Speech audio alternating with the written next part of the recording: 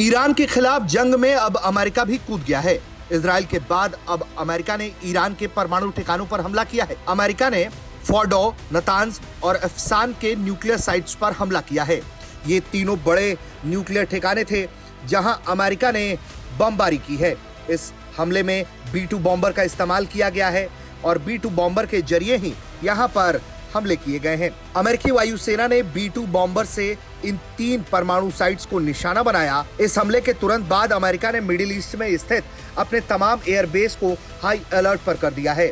Iran के खिलाफ Israel के मिलिट्री कैंपेन पर फैसला करने के लिए ट्रंप ने पहले 2 हफ्ते का वक्त मांगा था, लेकिन इस 2 हफ्ते के बीच ही किसी को मालूम नहीं था कि वो क्या करने वाले हैं। इसी क्रम में अमेरिका ने अपने अत्याधुनिक फाइटर जेट्स B-2 बॉम्बर्स को प्रशांत महासागर में स्थित अपने गुआम एयरबेस की तरफ रवाना कर दिया था और उसके ठीक बाद अब जानकारी ये सामने आ रही है कि ये 3 अहम ठिकानों पर अमेरिका ने बमबारी की है। इस बमबारी में ईरान के 3 बड़े न्यूक्लियर साइट्स को खत्म करने का ऐलान किया है। इसके अलावा अमेरिका का कहना है कि कुछ और अभी साइट्स बचे हुए हैं। वहीं फोर्डो, नतांज और इस्फहान न्यूक्लियर साइट्स पर B-2 बॉम्बर्स के जरिए इन हमलों को अंजाम दिया गया है। यह एडवांस फाइटर जेट्स हैं और ये हजारों किलोग्राम के बम इन तीनों साइट्स पर इन्होंने गिराए हैं।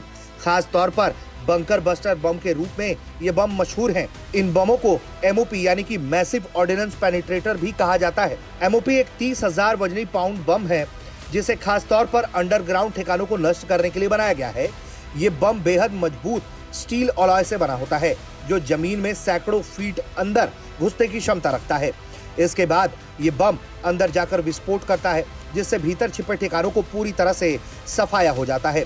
अमेरिकी वायुसेना के मुताबिक ये बम GPS गाइडेड है। इसे सिर्फ B-2 स्पिरिट स्टिल्थ बॉम्बर से ही गिराया जाता है। B-2 बॉम्बर की खासियत यह है कि ये रडार से छुपकर लंबी दूरी का उड़ान भर सकता है और हवा में ईंधन भरकर लक्ष्य तक पहुंच सकता है। लेकिन जिस तरह से अमेरिका ने अचानक ये हमला किया है उसके बाद ईरान क्या करेगा, सबसे बड़ा सवाल ये है, क्योंकि ईरान बार बार ये कह रहा था कि अगर अमेरिका इस जंग में घुसेगा तो फिर अमेरिका को भी इसकी कीमत चुकानी पड़ेगी। इस हमले के बाद से ही अब पूरा मिडिल ईस्ट क्षेत्र जंग के रडार में आ गया है। माना यह जा रहा है कि ईरान बदले की कार्रवाई सबसे पहले अमेरिकी सैन्य ठिकानों को बना सकता है। ऐसे में अमेरिकी सैन्य ठिकानों की सुरक्षा पुख्ता की जा रही है, लेकिन ये कब तक ईरानी हमलों से बचे रहेंगे ये भी देखना होगा। ब्यूरो रिपोर्ट, भारत तक।